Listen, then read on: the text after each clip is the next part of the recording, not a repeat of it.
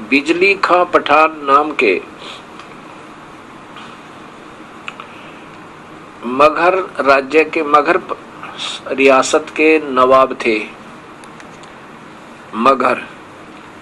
मगहर स्थान जो है गोरखपुर जिला से लगभग 25 किलोमीटर की दूरी पर पड़ता है। अब वो जिला संत कबीर नगर के अंदर आता है।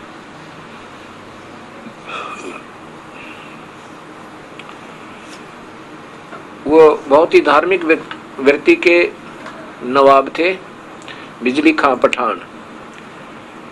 एक बार मगहर क्षेत्र में बहुत भयंकर अकाल गिरता है। इतना भयंकर दुर्भिक्ष गिरा कि सभी चारों तरफ के व्यक्ति भूख और प्यास के मारे त्राही त्राही करने लगे। बारिश हो नहीं रही थी। मुसलमानों ने अपने हिसाब से पूरे जंतर मंतर किए, बारिश करवाने की पूरे प्रयत्न किए, परंतु नहीं हुई। हिंदू संतों की भी सहयोग चाहा, क्योंकि हिंदू भी वहां पर बराबर के रहते हैं, लेकिन फिर भी कोई लाभ नहीं हुआ। अब ये निश्चित हो गया कि बहुत बुरा हाल होगा यदि वर्षा नहीं हुई तो। किसी ने बता दिया कि काशी के अंदर एक कबीर नाम के, वैसे वास्तव में परमेश्वर का कबीर देव नाम है, कबीर देव, और अपभ्रंश करके उनको कबीर कहने लगे तो अब कबीर ही नाम ज्यादा बोला जाता है। वो कबीर नाम के महापुरुष परमात्मा तुल्य है। यदि वो मेहर की नजर कर देंगे तो वर्षा हो जाएगी और ये संकट आपत्ति आपकी तुरंत टल सकती है। बिजली खां पठान ने, मगहर नवाब ने 2 सैनिक घोड़ों पर भेजे और साथ में वीर देव सिंह बघेल काशी नरेश के नाम एक सद्भावना पूर्वक पत्र लिखा। वो दोनों के दोनों सैनिक पहले वीरदेव सिंह बघेल से मिले। पत्र में लिखा था बिजली खां ने कि आपके नगर में कोई कबीर नाम के, कबीर साहब, कबीर देव नामक संत रहते हैं और सुना है उनमें बड़ी करामात है, और हमारे यहाँ पर बहुत बुरा हाल, दुर्भिक्ष से बहुत बुरा हाल हो गया है, और कृपा करना, उनसे प्रार्थना करना यहाँ आए और हमारे यहाँ वर्षा करवा दे। बिजली खां पठान की इस वार्ता पत्र में पढ़कर वीरदेव सिंह ने एक पत्र लिखा और मौखिक भी उन सैनिकों से कहा कि संतों को ऐसे नहीं बुलाया करते, राजा स्वयं आवे, उसको कहो नवाब को स्वयं आवे और विनम्र प्रार्थना करे, चरणों में मस्तक टेक के। यदि मैं आदेश दे भी दूंगा और ये चले जाएंगे, प्रथम तो मैं आदेश दे नहीं सकता क्योंकि ये मेरे पूज्य गुरुदेव हैं, मैं इनको कुछ नहीं कह सकता। और मान लीजिए अगर मेरे गुरुदेव ना होते और मैं इनसे आदेश दे देता और ये वहां चले भी जाते मन मार के, यदि हृदय से ये कृपा नहीं बख्शेंगे तो वर्षा नहीं होगी। तो इसलिए वो स्वयं आवे। सैनिकों से भी कहा, पत्र भी लिख दिया कि आप स्वयं आओ और मैं भी आपके साथ चलूंगा, प्रार्थना करेंगे दोनों मिलकर, और तब ये रजा बख्शें तो सब कुछ हो सके। ये जो चाहे सो कर सकते हैं, इसमें निसंदेह रहना। यदि ये खुश हो गए वहां चले गए तो संकट निवारण में कोई दिक्कत नहीं। अब उधर से सैनिकों ने भी पता किया आसपास के लोगों से कि ये कबीर नाम का कोई यहाँ पर संत है, वो कैसा है, उनमें कितनी शक्ति है। जो भी मिले वो यही कहे कि आज के दिन अल्लाह आए हैं, स्वयं खुदा उतरे हुए हैं, इनकी मेहर की नजर जिस पर हो जाती है उनके पोबारा हो जाते हैं, वो सदा सुखी हो जाते हैं, सर्व कष्ट निवारण हो जाते हैं। दोनों सैनिक वापस मगहर नरेश के पास गए। बिजली खां ने पूछा कि क्या रहा, क्यों नहीं आए महात्मा।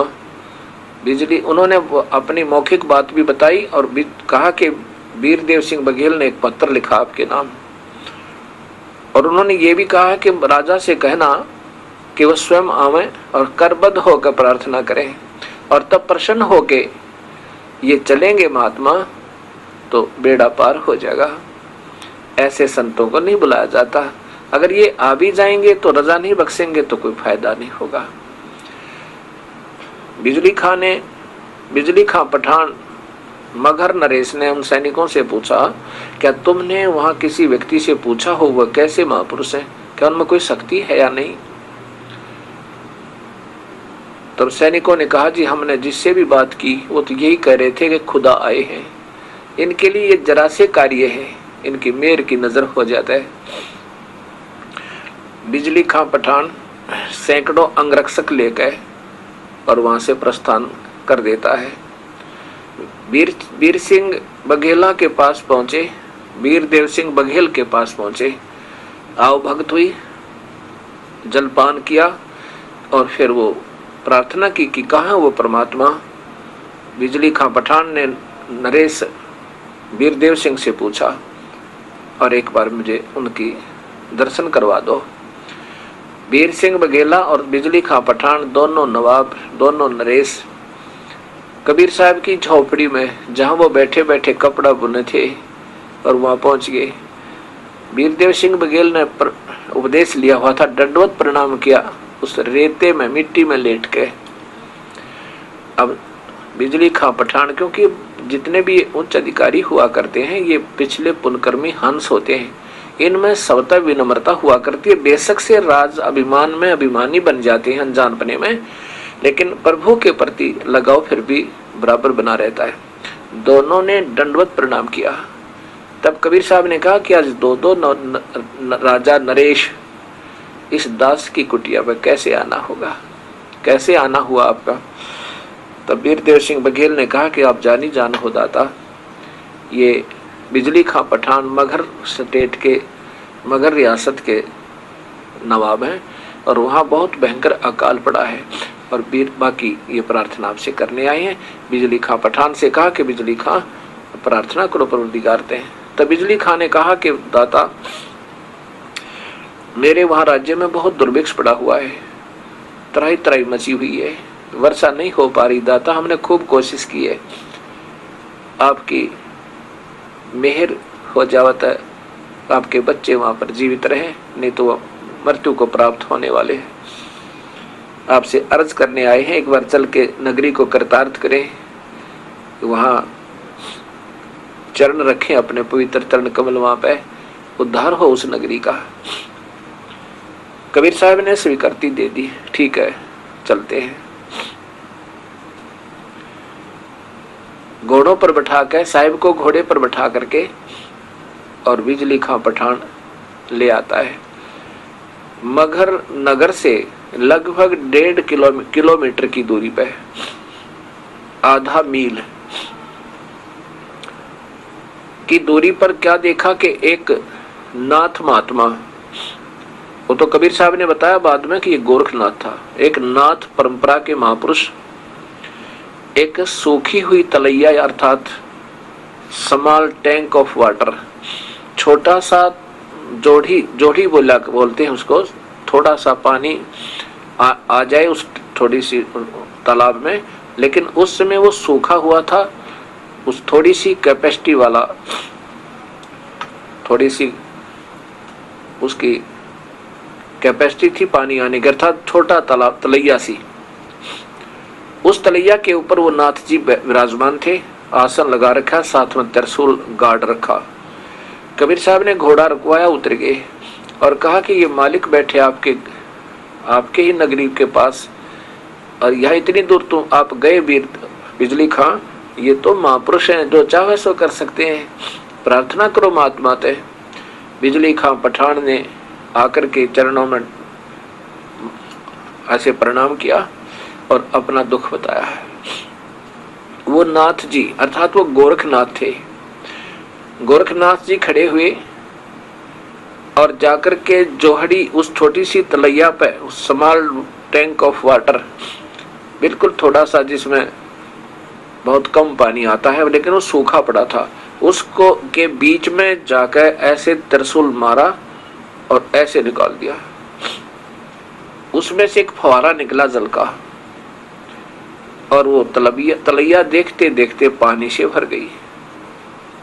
कबीर साहब ने कहा देखो भाई, कमाल कर दिया है, कितना पानी भर दिया नाथ जी ने, और तुम इतनी दूर गए काशी में मेरे पास, ये तो यहीं बैठे थे परवरदिगार आपके द्वार पे। अब वो तलैया भर का पानी की वो फवारा बंद हो गया। कबीर साहब ने कहा देख भी बिजली खां पठान, मौजे मौज होगी हैं, कितना ठाठ कर दिए, बहुत है ना ये जल। बिजली खां ने कहा दाता इसमें तुम्हारे एक दिन के पशु भी पूरे नगर के नहीं पानी से तृप्त हो सकते, दाता वर्षा हो तो बात बने। कबीर साहब ने कहा कि अर्ज करो वर्षा की भी महात्मा है। तब उन्होंने कहा कि हे नाथ जी रजा बख्शो अपनी प्रजा पे और एक वर्षा हो जा। नाथ जी ने बड़ा गुस्से में होकर कहा कि तुम्हारे पुण्य नहीं है, तुम्हारे तो यहाँ जो है 3 वर्ष भी वर्षा का संयोग नहीं है, ये तो हमने अपनी कृपा से, अपनी शक्ति से, अपने कोटे से तुम्हें ये जल दिया है। तुम्हारे भाग्य के पुण्य वर्षा खत्म हो चुके, तुम्हारे पुण्यों से जो वर्षा होनी थी वो तुम्हारा संस्कार नहीं है और 3 वर्ष तक नहीं है। अब 3 वर्ष की सुनकर और गणे घबराएंगे। और साथ में गोरखनाथ जी ने कहा कि अगर किसी में शक्ति है तो करवा के दिखा दे, वर्षा करवा के दिखाए। कबीर साहब ने कहा नहीं, हम तो आपके दास हैं मालिक, हम तो अर्ज कर रहे हैं आपसे, हम कुछ नहीं कर सकते, आप जो चाहो सो कर सकते। ऐसा कह के कबीर साहब ने कहा कि जाओ बिजली खां तुम अपने घर में जाओ। बिजली खां पठान और भी गांव के दर्शक सैकड़ों और आगे थे, वो सभी चल पड़े। कबीर साहब ने कहा कि मैं यहाँ बैठता हूँ और सुबह आना तो मेरे पास। बिजली खां पठान अपने सैनिकों के साथ वहां से चल पड़ा और साथ में नगर निवासी। कबीर साहब वहां बैठ जाते हैं जहां पर गोरखनाथ जी बैठे थे, उससे 200 फुट की दूरी पर ऐसे ध्यान मग्न दिख वो कृपा वो लीला कर रहे थे। और आधा घंटा के अंदर वो गांव में, नगरी में पहुंचे भी नहीं थे वो सारे के सारे बिजली खां पठान और उनके साथी सैनिक। इतने में इतनी जोर की वर्षा हुई, सब तालाब भर दिए, बहुत जोर की वर्षा, 1-2 घंटे तक खूब जोर की वर्षा हुई और पानी जल ही जल हो गया। सारा नगर उठ गए और साथ में बिजली खां पठान सब वापस आए और पड़ गए परवरदिगार के चरणों में, कबीर परमेश्वर के, और जय बोले मालिक की। वहां से उनसे प्रार्थना की दाता एक बार नगरी में चलो। कबीर साहब ने कहा नगरी में जब चलूंगा जब तुम मेरा उपदेश ले लोगे। हिंदू और मुसलमान तुम दोनों ही अपने मार्ग को चूक चुके हो और साथ में पूर्ण परमात्मा की भक्ति तुम्हें अभी तक नहीं मिली है। जो तुम साधना कर रहे हो ये केवल काल निराकार अल्लाह ब्रह्म तक की कर रहे हो, ये तुम्हारी पूर्ण साधना नहीं है और जिसके कारण तुम इस काल के जाल में रहते हो।